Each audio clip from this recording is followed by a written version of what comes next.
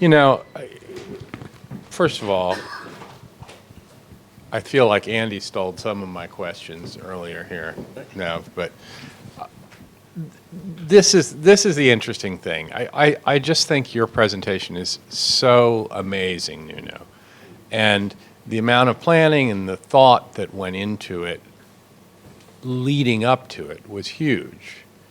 And you have to do a lot of planning. You can't wing it.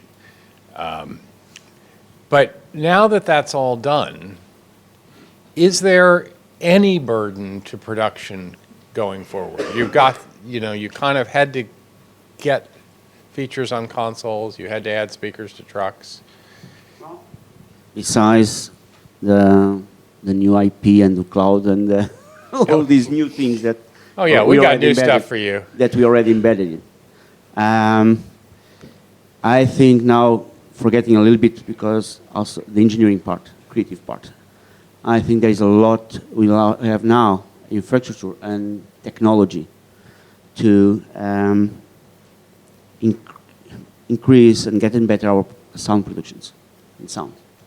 Okay, now we have good speakers. Now we have good consoles. So now we have a good infrastructure. Now we need to be focused, in my opinion, on the sports, understand the sports, how the sports go ahead, and how we can be there. And that's where we are now. It's, it's thinking, I'm working with the teams. I'm going to start working with the teams, with experts in sports and see what we can get there.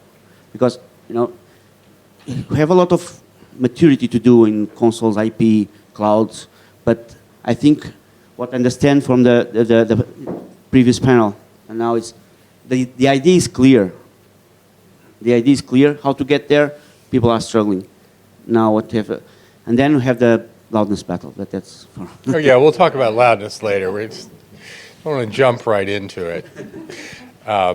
Shoot. Well, this is the question, is you've got this as a standard now, and now you're talking about introducing other technologies or getting more creative. I guess that's the thing, and Nev and I were talking, and it's like, I feel like I've seen this movie before. This reminds me of going from stereo to 5.1. And I guess within your clients, how do you, where are we on that trajectory? Is it a standard? Is it a standard for premium sports like Nuno says it is? Or yeah, and I think there is an interest. It depends. There's kind of two elements to it. It depends on who your clients are and what they're able to present. For example, some clients, their UHD offering can only offer stereo. So, let's not get into the rights and wrongs of that, but that's where we are. I love my Radio 4. Yeah, but quite. Yeah. But but that's fine. But I'd like to pick up on Nuno's point, and I think it's kind of where we are with Sky now as well. Is we kind of built the framework, and when we initially went UHD and 5.1+4, the framework was built. Okay, we can do this. Here's the audio channels, and I think we're now at the point where it's being revisited to say, okay, now we've done that, how can we improve it creatively and build on it? We've delivered the 5.1+4, we've proved we can do that, but how can we refine it and make it better and build on that? And I think that's kind of where it's got to. As I said earlier in the chat with Andy, obviously COVID kind of disrupted a lot of things and has perhaps changed the trajectory of it, but I think we're coming back round and picking up where we were kind of before all of that happened. Well, you mentioned something here, and I know how Karl feels about it, but I mean, is UHD a sort of driver for it? Is like, we're going to all this trouble to have HDR pictures and maybe 4K, of course we're going to do better audio. Is that, Yeah, absolutely. That's the thing. It's just knowing what the kind of take-up is for the end users. It's all very well us deciding we want to do better audio, but if that doesn't have an audience, or it's not being received, and if everyone's still watching it on the speaker on the back of their TV, then to what benefit? But I know, I don't want to steal Alex's thunder, but obviously with the Sky Glass now using Atmos as its main audio source, well, actually that audience is there now. So that's something to focus on, perhaps. And we'll beat up Alex in a second. The thing, though, is there is, taking the BBC aside, it's a unique situation, but Yeah. everybody else, there's a turbulence associated, though, with doing a different format every day. Different rights holder has a different, oh, no, we're just in 5.1. Oh, we're in stereo. We're in 5.1.4. Is that just an unnecessary turbulence? Are we at the point where we could say, just let's standardize on a production format like Nuno does, and that's the production format, and then say, oh, we'll drop out whether we need stereo or 5.1, that'll just drop out of our production format. Think of it as stems. Just let me interrupt here because we have experience on this. We produce 5.1.4, but we have a lot of clients that takes mono, stereo, 5.1, the different flavors. But our production is 5.1.4. Then they downsize for the mixer. It's much easier and have much better result to mixing in 5.1.4 to get much better mix. Then we go down, and then again, it's user that have to define what quality he wants. Yeah. Sorry. No, I mean, that's the question is, if you had to do different, you couldn't do different flavors. You have to just do this premium thing and then down mix it appropriately. Alex, what's going on? You guys do a lot of premium content. Your buddies over in Germany just started doing Bundesliga in 5.1.4. Where are we with? Nev mentions the glass TV. Where are we with immersive in the UK and at Sky? I think there's a real appetite for it that we're kind of seeing kind of increase significantly recently, obviously with the adoption of Sky Glass and certain kind of household entertainment systems basically being out there in the market for people to listen in immersive.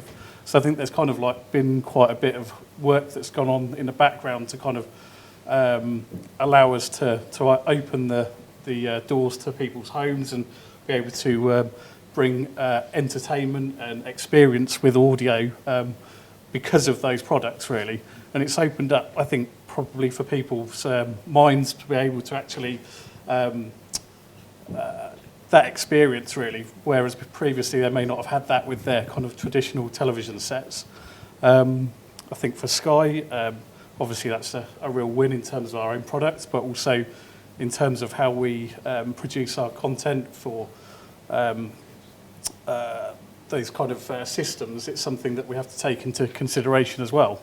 Well, so somebody has a nice sound bar, they have a Sky Glass TV or whatever. They're not just looking at Sky Sport, they're also looking at, they may be watching a movie on Netflix or something that's going to be in Atmos, it's going to be in HDR, Yeah. right?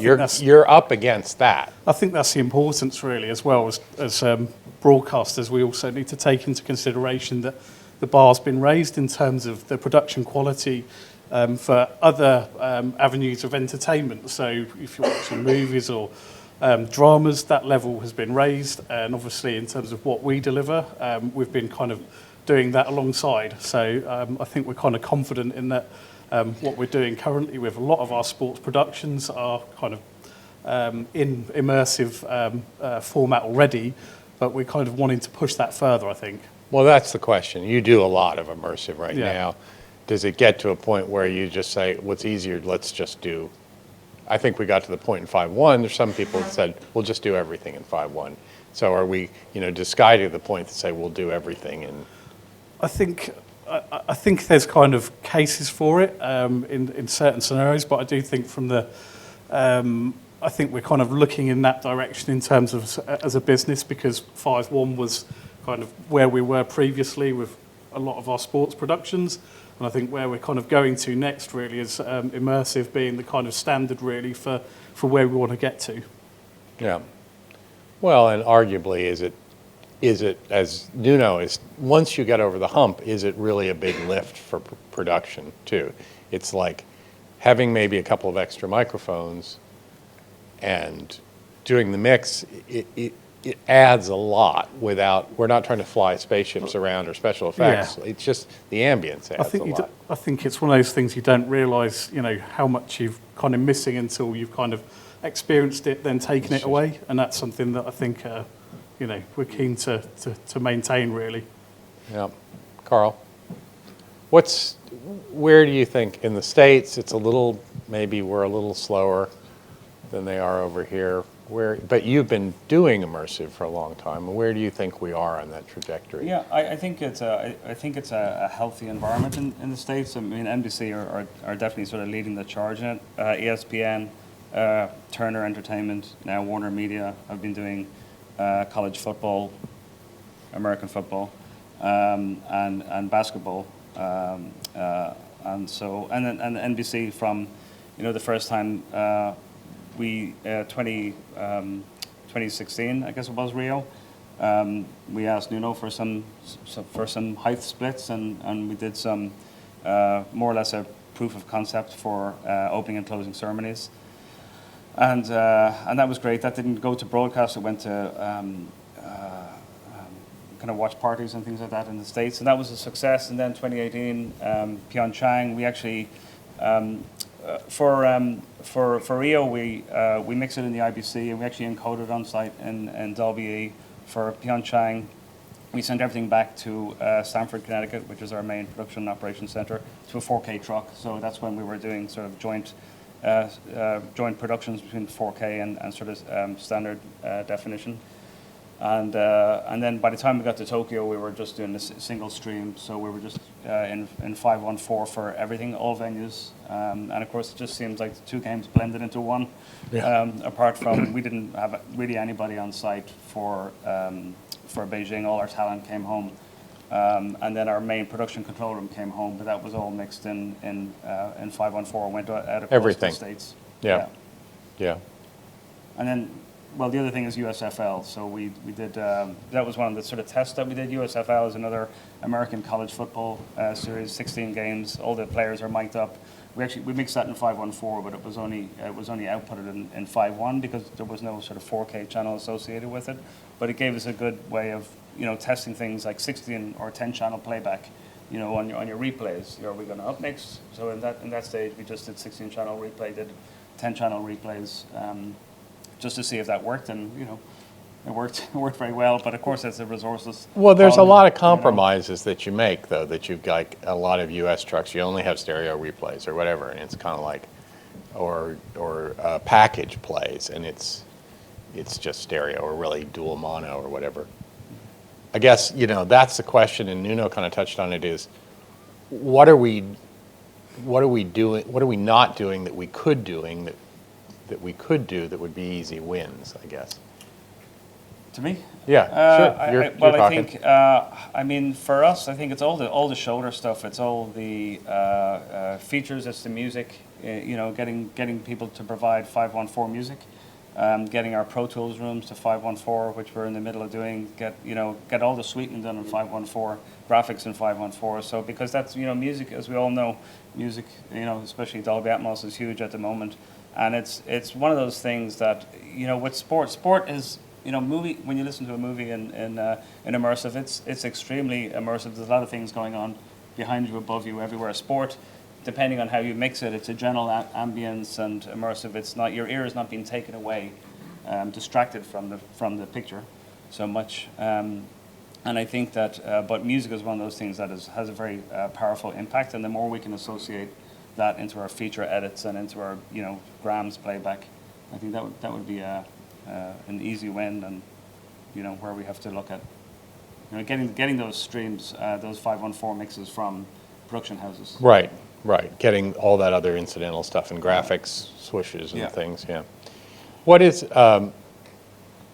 Nev, Alex? You guys have got over here, and not just Sky, but you've had this move into sort of production hubs, and does that sort of enable 514 more immersive? Well, more? yeah, I mean, it can give you a more controlled mixing environment. As I suggested earlier, we all know a truck isn't an ideal environment. No.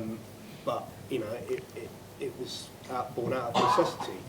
If you can have that nice control room, you know, and I know there was originally suggestions that maybe that was way multi-channel audio should always be done. Should never have been done on site, but you know, it's kind of ended up that way by default through other reasons. But actually, the consistency that you get, I'm sure, in your output from being mixed in the same control room with less of the compromise that you have in an LB truck, you know, I think would be good. It's definitely, I think it's a noticeable difference in terms of kind of having that controlled environment for people to audio monitoring. But, you know, we've also kind of, touched on it earlier, that those environments actually are quite similar in terms of, you know, design as well between outside broadcasts and the studio facilities. So there is similarities there, which we've...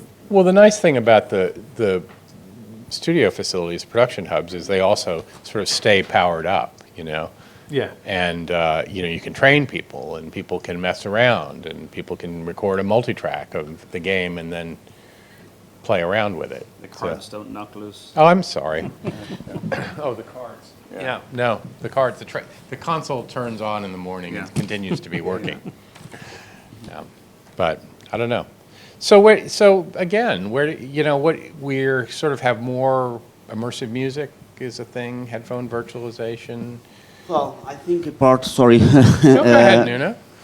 We start this in Sochi. I started Evolve always. People not audio related. I show it to producers, I show it to directors, I show it to finance people, I show for logistics people, because if I'm missing 4 speakers on the venue and I call him, I don't have speakers for the immersive, the logistics guy pick up a truck and put me 4 speakers. So all this process through these years. And I don't have opportunity here to explain, but one of our research that we have done, in Real Madrid Stadium, we used a box. They have closed boxes. So we start putting 8 speakers there, and they have mono. They had mono there. I don't know, the new stadium, I don't know it. And we invited people not audio related. Of course, we have audio related people outside, but you know, visual people, finance, marketing, and we have the feedback. And now they're following us to know what we're doing. Also, all the directors, we invited all the directors, all the producers in the Olympic Games to come to our room. And of course, after they're losing the immersive, they don't want to go back to stereo. And even we like it or not, they are the decision people. Even we have to convince, it's easy for us to convince them if they have the experience. Listen, and then they have you know, it's not me who decided if it's 5.1 to OBS. It's the board. No, we had Mr. Bach, IOC president, listen, immersive audio in my room, open music and sports. Maybe for him, doesn't say much in audio specifically, but he had experience and he felt the difference. So if we can now say we still go in immersive for the Olympic Games, if he's the decision people, he know what we're talking about. And that, I think, is also we have to do as audio people, we need to do this job. Still need to sell it, and maybe we don't demo it enough. You know, maybe we need living rooms that have really kick-ass listening rooms. Yeah, I mean, that's interesting what you said about people wandering into the QC room too. That gives producers an opportunity to listen. The most important gear that we have in audio quality room is a sofa. Yeah, I'm familiar with that. Shoot. You completely knocked my last question out. So where are we, though? Where do you think we are, Karl? Do you think we're going to get there? In relation to? Are we gonna? You talked about you did USFL. Do you think we'll get to where it's? Where it's all 514? It's all 514. I mean, I guess in our case, I kind of think like as every sport, I used to think maybe not every sport is necessarily has to be in 514. Is there an ad for every sport to be in 514? I know Nuno gives some very good examples. I mean, you have to produce in 514, and I applaud you for it. Cycling, you make it. You make ambience, but in reality, how much of the people really want to hear that ambience? So for certain people, I think it may not be necessary to do in 514, but as a single sort of mixing. But you don't have to put anything in the heights. No, you no, could it's just true. always I think like for us, for NBC, we have 10 production control rooms, 10 audio control rooms. 5 of them are immersive. So I mean, we've certainly planned on doing immersive here on in. It'll get to a case where it's just easier to come in and just mix it because everything's set up. It's all 16 channels at the moment. Everybody knows where to look for the announcers. They don't care so much about what's on the height channels because they know that there's nothing of value for them.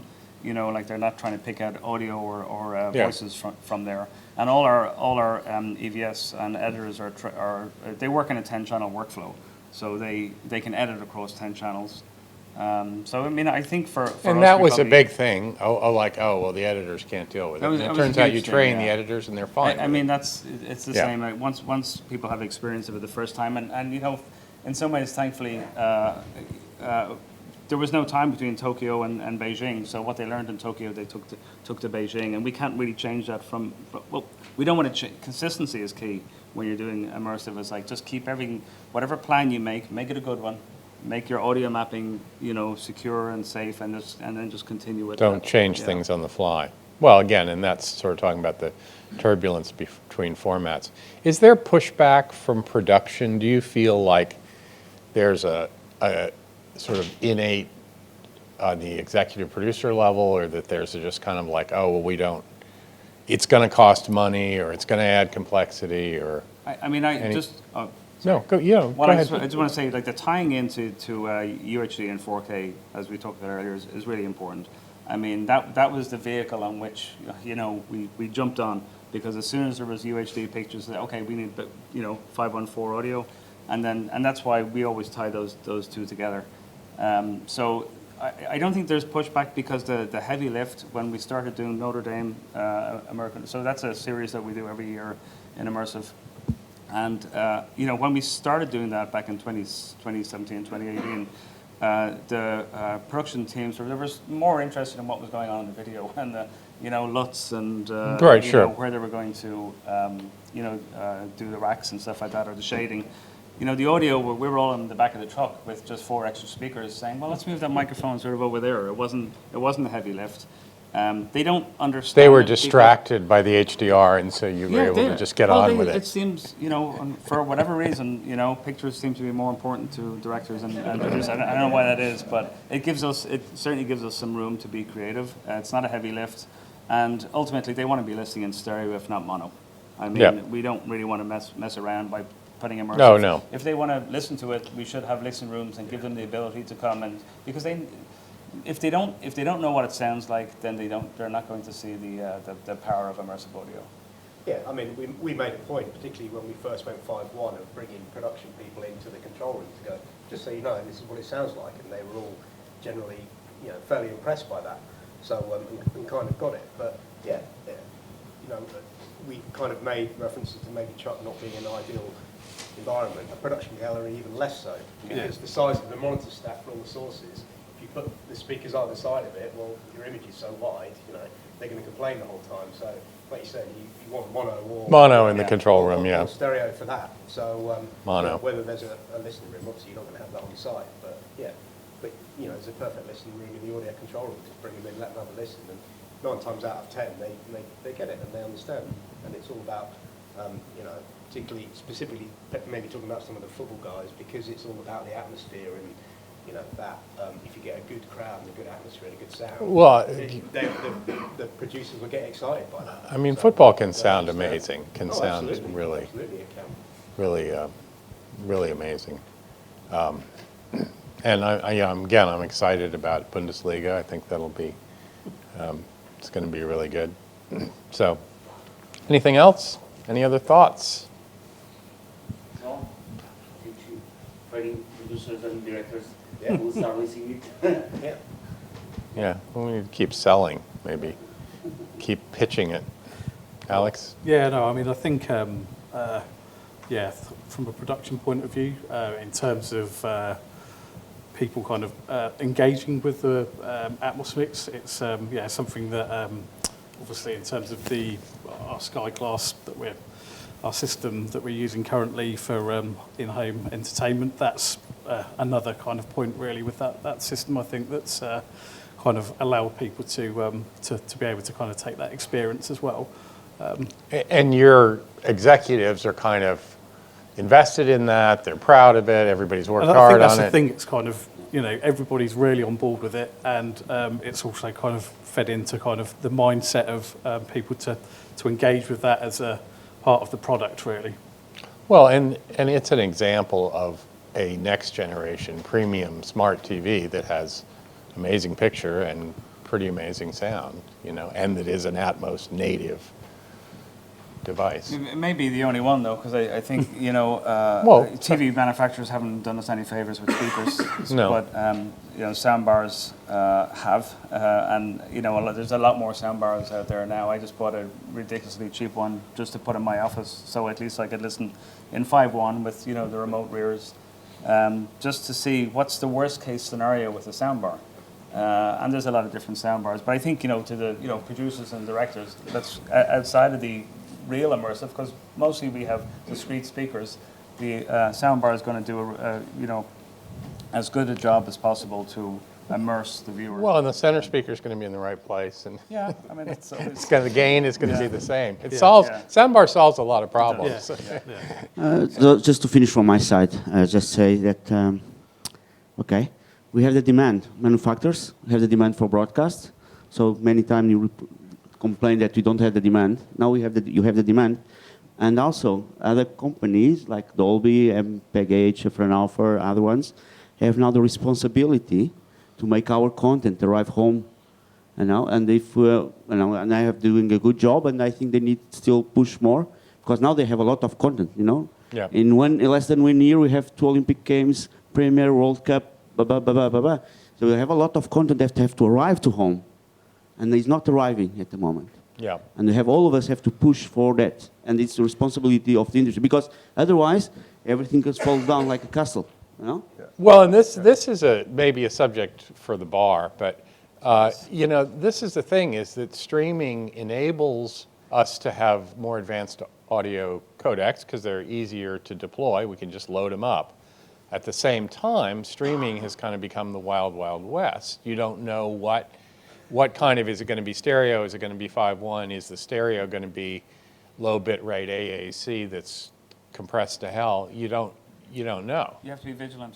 I mean, We had this conversation yesterday about the story of the loudness, no? Yeah. We created our loudness to all the content be consistent across the levels, right? A few years ago, because all of us have different levels of loudness, right? And suddenly we have different levels standards. So we go back 20 years. Yeah. You mentioned the 4-letter acronym. Yeah. Yeah. You already started. Okay. Yeah. Yeah. But Well, finish for That's the today. bar. That's the bar. there you go. Well, that's a conversation for the bar. Well, listen, I'm encouraged. I mean, it's really exciting, the scale that Nuno's doing. I'm encouraged what you guys are doing, and what Nev, you're doing with Sky and other customers. And Karl, obviously, you've been pushing this. And it's exciting to sort of, I feel like we're on a tipping point. And I'd just like to get this behind us and get on to the next See thing. the creativity in the details. Yeah, it's like what Nuno Yeah. said, and work on the other, the theme music and the other stuff around it too. All right, Heather, we're going to get out on time. All right, thanks guys, I appreciate it.